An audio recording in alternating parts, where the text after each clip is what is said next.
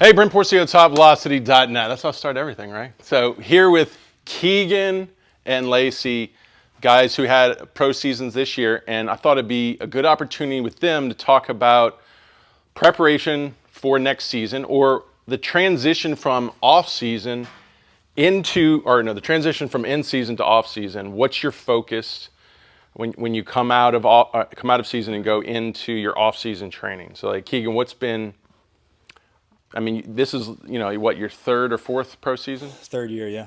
So what have you done well in the past coming into your off season, and what do you want to do better at coming into your off season this year? Yeah, I think one thing is trying to maintain weight throughout a season. It's very easy, once you're getting into like that June, July area, to really just start stripping weight. So staying on top of your fuel all season is really big coming into the off season. Because once you get to the off season, you have to completely rebuild yourself all over again. I mean, I lost 10 to 15 pounds last year just from the season. And some of that was, water weight, but a lot of it was, a lot of muscle mass that I wasn't able to, keep on for a full season. So coming out of season, it's really about rebuilding your body, getting your strength back up in that first month. And then after that first month, once your joints have kind of, it takes a beating all year. So once you get that kind of recovered and you get your strength back on yourself and put some more size back on your body, you can really start attacking that power phase of the off season going into next year.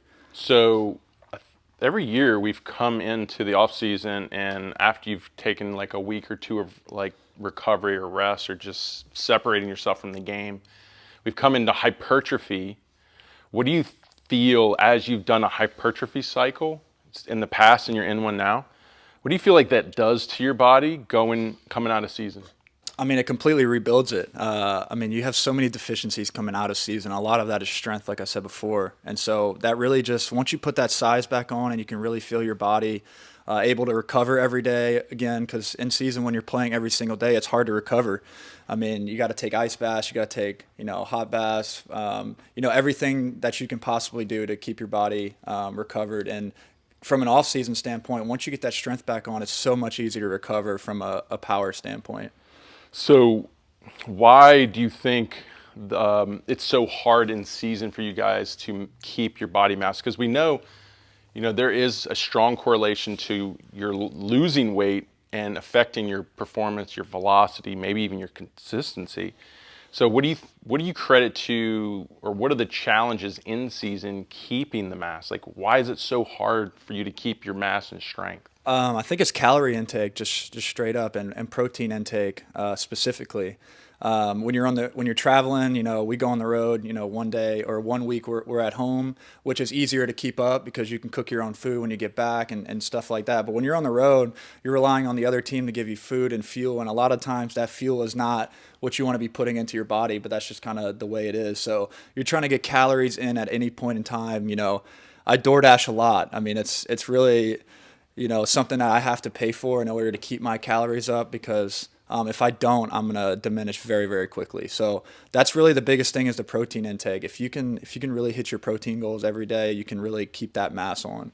And also too, the other side of hypertrophy is putting the loads on your body. Like, why is it so hard to get, some weight room time at least once a week to where we can keep the muscle mass or push the muscle mass to keep growing or maintain size, maintain strength? Yeah, I think as a starter, it's a lot easier. You're throwing, twice a week, one time a week mostly. So it's a lot easier to stay on that schedule of workouts. So you can probably get your 3 days a week in the gym and really focus on, keeping your strength up and all that stuff. But from a reliever standpoint, you have to be ready almost every day. You're throwing 2 to 3 times a week. So it's really a difference of if you're a starter, if you're a reliever, and how that routine affects you is different. Well, let Lacy jump in because Lacy has been a starter for the past 2 seasons, and you weren't a starter in college at all, right? Yeah, so I had never started until I got to pro ball. So being a reliever, what are the challenges for a starter when it comes to the same thing, when it comes to maintaining body weight, maintaining strength, maintaining mass? Like, what are the challenges that you feel are different for a starter than it is for a relief pitcher? So I think for a starter, we have a more structured routine. You have your start, you get 4 to 5 days off before your next start. So it's definitely a lot easier to get into the weight room in between outings. But at the same time, you're on the road, you're traveling, especially being in indie ball now, like you're on the road for 3 days, you're back at home for 3 days, you might be on the road for a week, and then you're back at home for a week. And like he said, sometimes the food's not necessarily the best food for you, but trying to get in the weight room, trying to eat as much as possible. When you're on the road, sometimes it's hard to find a gym to get in, lift at, so you're trying to get hotel lifts in. And sometimes it's just hard to maintain when you're doing that. You might have that 14-game stretch where you start 3 times in a 2-week period and you're throwing 95 pitches every start. And you're just trying to find a way to recover and keep the muscle mass on as best as possible. And don't you find that, like, with starters, the difference between the reliever and the starter is the amount of calories burned in a game? You're obviously throwing more, so the volume of throwing is way higher in that, during your game days. So the recovery for, all the wear and tear muscles, the arm, maybe even the back, like, it's hard to jump into some, not really heavy, but hard, high volume lifting for your hypertrophy work when you feel like you're still, trying to catch up from your last outing. So Right. do you find that's the challenge as a starter to relief pitcher, is that you're just, beating yourself down in one outing so much more, so you have this longer recovery process? Do you feel like maybe, is it harder for a relief pitcher? Like, I'm curious between both of y'all to get that week lift in of hypertrophy. Is it easier for the starter, or is it harder for starter? What do you think? I think being a starter or a reliever, they both have their challenges. They're just in different forms. As a reliever, you may only throw 15 pitches, so that night or the next day you might be able to get in a solid lift. But at the same time, you might have to pitch again that day. You might have to go back-to-back days sometimes. As a starter, the day after a start, you barely feel like getting out of bed sometimes. It's a lot of load on your body, throwing 95 pitches over 2 hours in a game. I tried to get into the weight room the day after a start, but a lot of times it's hard to load up the barbell and do as many reps or as much weight as you would have liked to, because your body's still trying to recover. And a lot of it is making sure you're recovering properly and peaking for that next start. So what are the things you want to get better at this off season, or is it just you trying to focus on next season, getting better at?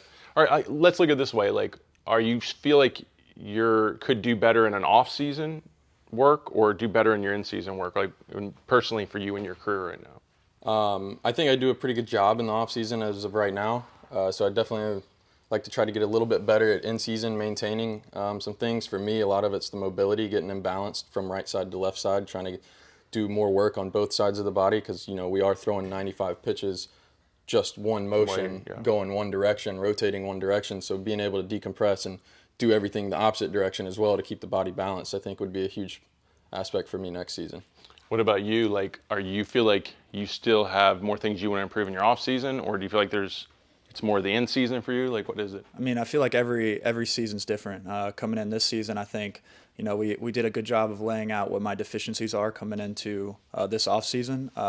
Mine is a lot of upper body work, strength specifically.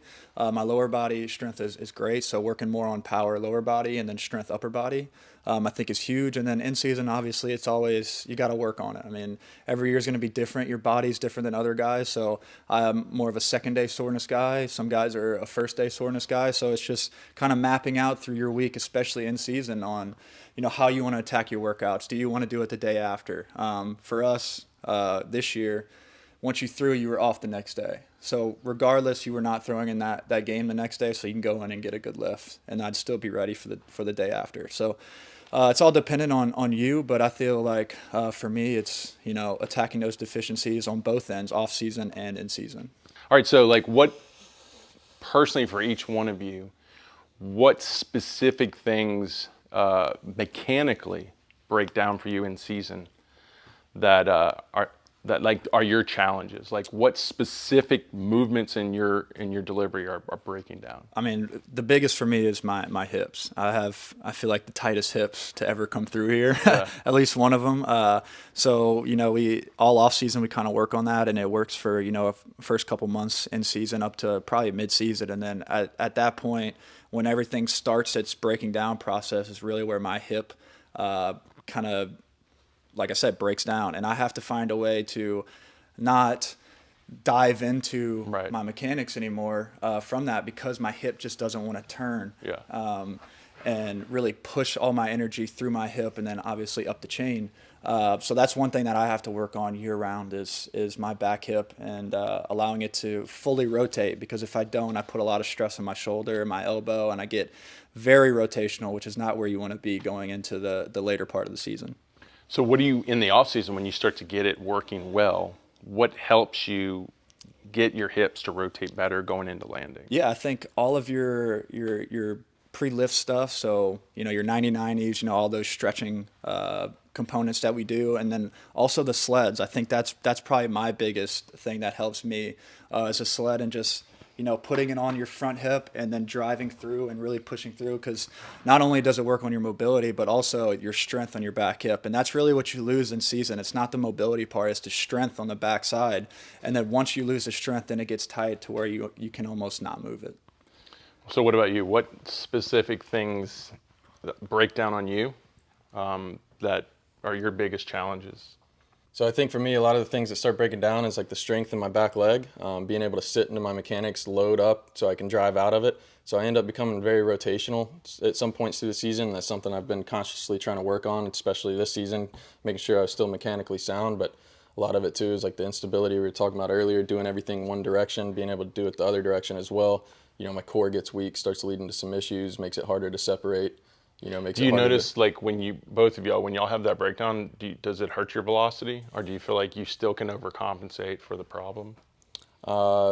Sometimes it does, sometimes it doesn't. It just adds a different type of wear and tear on your body, because you're no longer doing something that you've been doing for the last 6 months, and now it's all new. So you're fighting those challenges of being able to maintain, feeling new muscles start to work in place. So what specific things always help you get it back? To rebuild those movement functions? Just getting in the gym, in season, a lot of times if I'm starting to break down, I try to at least get in an extra set. If I can't get in an extra workout that week, try to get an extra set or an extra couple of reps.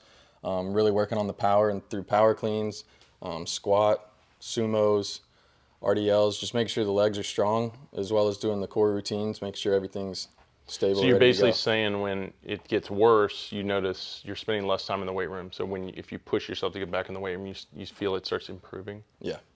Okay. Sure. Any specific drills that help you with it? So he mentioned the sled earlier. We didn't have the sled that you could put on your front hip, but our gym had a sled with a belt that I could attach, and I could go this direction with it while it was behind me. So just working on that drill, trying to load into it, sit into that back leg as long as possible, and then get out of it. Cool. Really helped. All right, that was good. Well, appreciate it. If you guys have any questions for them, post it, let us know.